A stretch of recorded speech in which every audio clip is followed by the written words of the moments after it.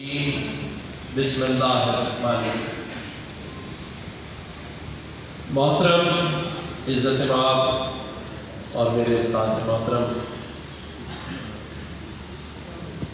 مفتی منیب الرحمان صاحب، جن کی ہدایات، تلقین اور سرپرستی کی وجہ سے اور سچ کہیں تو ان کی دعاؤں سے اللہ تعالیٰ نے اتنی ہمت اور طاقت دی کہ کچھ تھوڑا بہت اس صوبے اور اس شہر کے لوگوں کے لیے کرنے کی ہمت ہے۔ تو شکریہ مفتی صاحب، آپ کے اتنا کرم اور مہربانی کا۔ جاوید عالم اورو صاحب، ایڈیشنل آئی جی کراچی، مراد سونی صاحب، خواجہ جمال سیٹھی صاحب، سرپرست اعلیٰ، میڈیا کے دوستوں، معزز، اب ایک ہی خواتین بیٹھی ہیں تو پھر ٹھیک ہے چلیں، خواتین و حضرات السلام علیکم۔ میں اس قابل تو نہیں ہوں جو باتیں یہاں کی گئی اور گناہگار سا بندہ ہوں۔ اللہ نے یہ کرم کیا کہ جس دن نوٹیفیکیشن ہوا تو وہ 12 ربیع الاول والا دن تھا، تو اللہ تعالیٰ سے سچ بات ہے کہ ڈر اور خوف دل میں پیدا ہوا، اور اس دن یہ ارادہ اور نیت کی کہ جب تک اللہ تعالیٰ نے اس منصب پر بٹھائے رکھا تو رات اور دن یہ کوشش ضرور کروں گا کہ اپنے اس صوبے کے لوگوں کے لیے کچھ نہ کچھ ایسا ضرور کریں کہ ان صاحب حیثیت، صاحب ثروت لوگوں کو یہ میسج ضرور جائے کہ واقعی خوب پریشان حال ہے، لوگ منتظر ہیں کسی ایسے مسیحا کے جو ان کے مسائل کا حل تلاش کر سکے، کیونکہ مجھے یہ کہنے میں کوئی آر نہیں کہ وسائل بہت ہیں ہمارے پاس، اس کا استعمال نہیں ہو رہا، اور جن پر ہونا چاہیے ان پر بالکل نہیں ہو رہا۔ ہمارے یہاں قربانیاں دی جاتی ہیں اور آج تک دی جا رہی ہیں، اور میں یہاں پولیس کی قربانیوں کی بھی بات کروں تو کتابیں بھری پڑی ان شہیدوں کی اور ان جوانوں کی جنہوں نے آپ کے لیے جانوں کے نذرانے پیش کی۔ ہماری وہ فورسز جو بارڈرز پر ہیں ان کی قربانیوں کی بھی لمبی داستانیں ہیں، اور یہ سبھی لوگ یہ چاہتے ہیں کہ کسی نہ کسی طرح ہماری حفاظت کو بھی یقینی بنایا جائے، اور ایسے لوگ جو یہ دعا کرتے ہیں، جس میں مفتی منیب الرحمان صاحب بیٹھے ہیں، کہ کسی نہ کسی طرح اللہ تعالیٰ آپ سب سے اور ہم سب سے راضی ہو جائے۔ اسی طرح یہاں مراد سونی صاحب جیسے لوگ بھی بیٹھے ہیں جو اپنی مدد آپ کے تحت اور دوستوں کے ساتھ مل کے بہت کچھ کرنا چاہتے ہیں اور بہت کچھ کر بھی رہے ہیں۔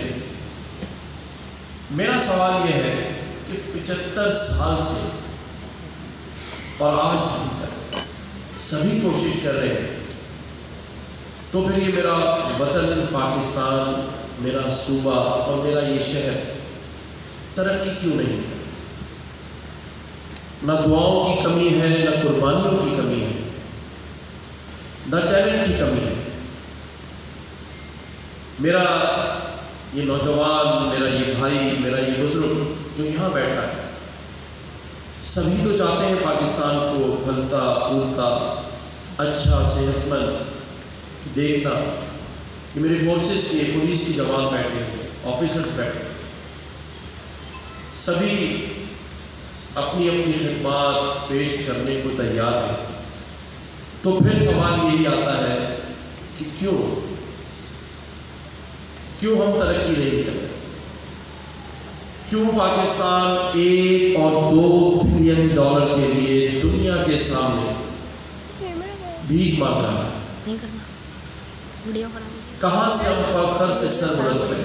ایک طرف اتنی قربانیاں ہیں اور دوسری طرف سر شرمسار ہے. اور پھر جو یہاں بسنے والے لوگ ہیں، جو شہری ہیں، صوبے کے، شہر کے، وطن کے، وہ کیوں بے حال ہیں؟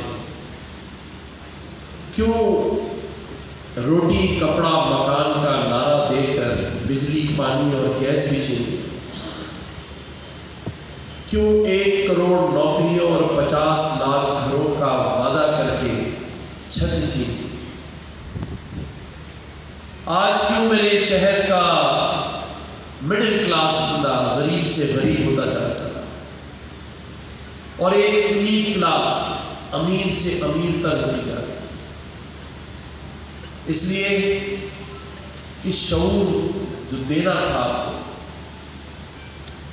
جو سمت بتانی تھی، اس ڈائریکشن کا صحیح پتہ نہیں بتایا، اور اس کی وجہ سے آج ہم قومیتوں میں، فرقوں میں اور سیاسی پارٹیوں میں بٹ کر رہے ہیں. ہمیں اپنے حقوق کا ہی نہیں پتا.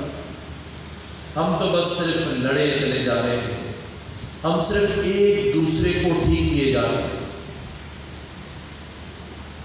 اس چیز سے بے نیاز کہ جو حق تھا وہ چھن بھی گیا ہے اور ملنے کا کوئی آسرا بھی نہیں. ہر کوئی جو یہاں بیٹھا ہے وہ قرض دار ہے، اور یہاں جتنے پاکستانی جو اپنے آپ کو پاکستانی سمجھتے ہیں، ان کے سر تو شرم سے جھکے ہونے چاہیے، مجھ سمیت. جب ہم ٹی وی پہ دیکھتے ہیں کہ آج ہمیں IMF نے نہ کر دی ہے، کل ہاں کر دی ہے، اور پھر بڑے خوش ہو جاتے ہیں کہ 1 بلین ڈالر مل گیا ہے، لیکن یہ نہیں سوچتے کس کاسٹ پہ ملا ہے، کہ پھر آپ کے گھر کی بجلی کا جو بل ہے زیادہ آئے. آج پھر آپ کی گاڑی میں جو پیٹرول ہے وہ مہنگا ہو جائے، اور پتہ نہیں کب کب دھوکہ کھاتے رہیں گے.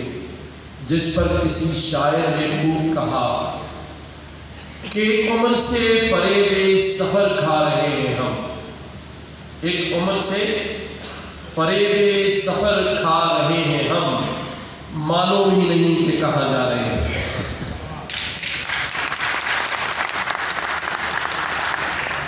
تو معلوم تو انشاءاللہ ہم کر لیں گے، کیونکہ بہرحال ہے تو پاکستانی اور ہے تو اس صوبے اور اس شہر کے رہنے والے، لیکن صرف پتہ کرنی ہے، اپنا حق حاصل کرنا ہے.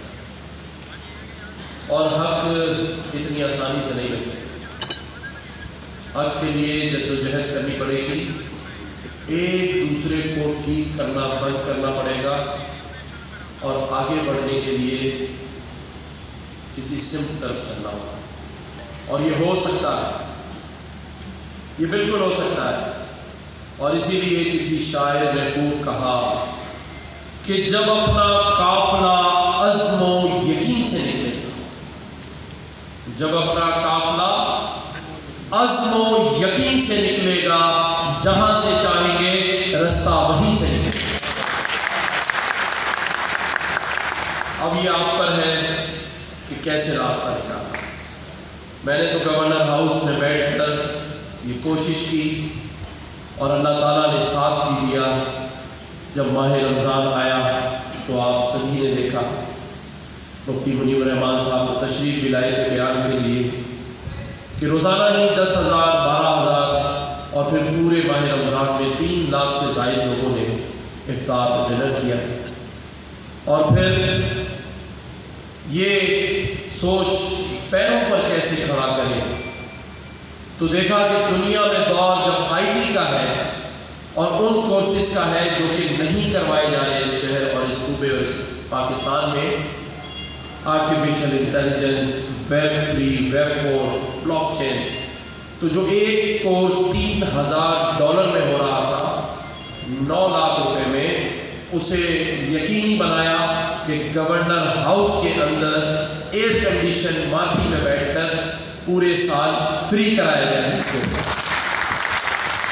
اور الحمدللہ آج یہاں ایڈیشنل آئی جی صاحب بیٹھے ہیں, یہ آپ کو بتائیں گے اپنی تقریر میں, کیونکہ باہر جو سیکورٹی ہے میں ان کا شکریہ ادا کرتا ہوں, ان کی پولیس ٹیم کا, ان کے آفیسرز کا, کہ روزانہ تقریباً 20 سے 25 ہزار لوگ ٹیسٹ دینے آتے ہیں. اور اس کے ساتھ ساتھ طاقتور پاکستان کے نام سے کہ لوگ جو بے روزگار ہیں وہ اپنے پیروں پہ کھڑے ہو سکتے, ان کو روزانہ 10,000 لوگوں کو روزانہ مفت راشن دیا جاتا ہے گورنر ہاؤس سے. اور ایک اور بات, یہ ساری بات میں اس لیے بتا رہا ہوں کہ یہ سارے کام کرنے کے لیے ہم نے گورنمنٹ آف سندھ سے, گورنمنٹ آف پاکستان سے یا گورنر ہاؤس سے ابھی تک 1 روپیہ بھی نہیں ملا. تو یہ میں نے یہاں اس لیے بتایا کہ اگر عزم ہے, یقین ہے, ارادہ ہے, نیت ہے, تو پیسوں کی بھی ضرورت نہیں ہے. اگر کسی کا کام کرنا ہے تو میرا یہ ماننا ہے اختیار کی بھی ضرورت نہیں ہے, کردار کی ضرورت ہے, ارادے اور نیت کی ضرورت ہے. تو اگر جب 1 روپیہ لگے بغیر لاکھوں لوگوں کو فائدہ پہنچ سکتا ہے, تو اگر یہ 2275 ارب روپے کا بجٹ آپ سب پر لگ جائے تو کیا نہیں ہو سکتا, یا نہیں ہو سکتا ہے یا نہیں؟ تو پھر بجلی بھی آئے گی, پانی بھی آئے گا اور گیس بھی آئے گی. ابھی تک جو نہیں آیا وہ ہمیں شعور نہیں آیا. اس لیے میں کہتا ہوں کہ شعور نہیں آیا کہ پانی نہیں آ رہا تو خرید کے استعمال کر لیتے, بجلی نہیں آ رہی تو جنریٹر لگا لیتے, گیس نہیں آ رہی تو سلنڈر منگوا لیتے, اور جو یہ افورڈ نہیں کر سکتے وہ دروازے کھول کے بالکنی میں بیٹھ جاتے ہیں یا چھت پہ چلے جاتے ہیں. اگر شعور ہوتا تو پھر سوچتے کہ یہ حاصل کیسے کیا جائے.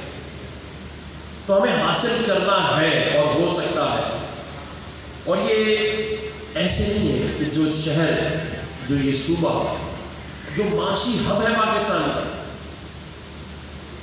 پورے پاکستان کا دل ہے, یہاں پر تو رہنے والا ہر شخص صاحب حیثیت ہونا چاہیے. یہاں پر تو ہر شخص اپنے پیروں پہ کھڑا ہونا چاہیے. لیکن کیا وجہ ہے کہ آج جس طرح لوگوں کے دل ٹوٹے ہوئے ہیں, ایسی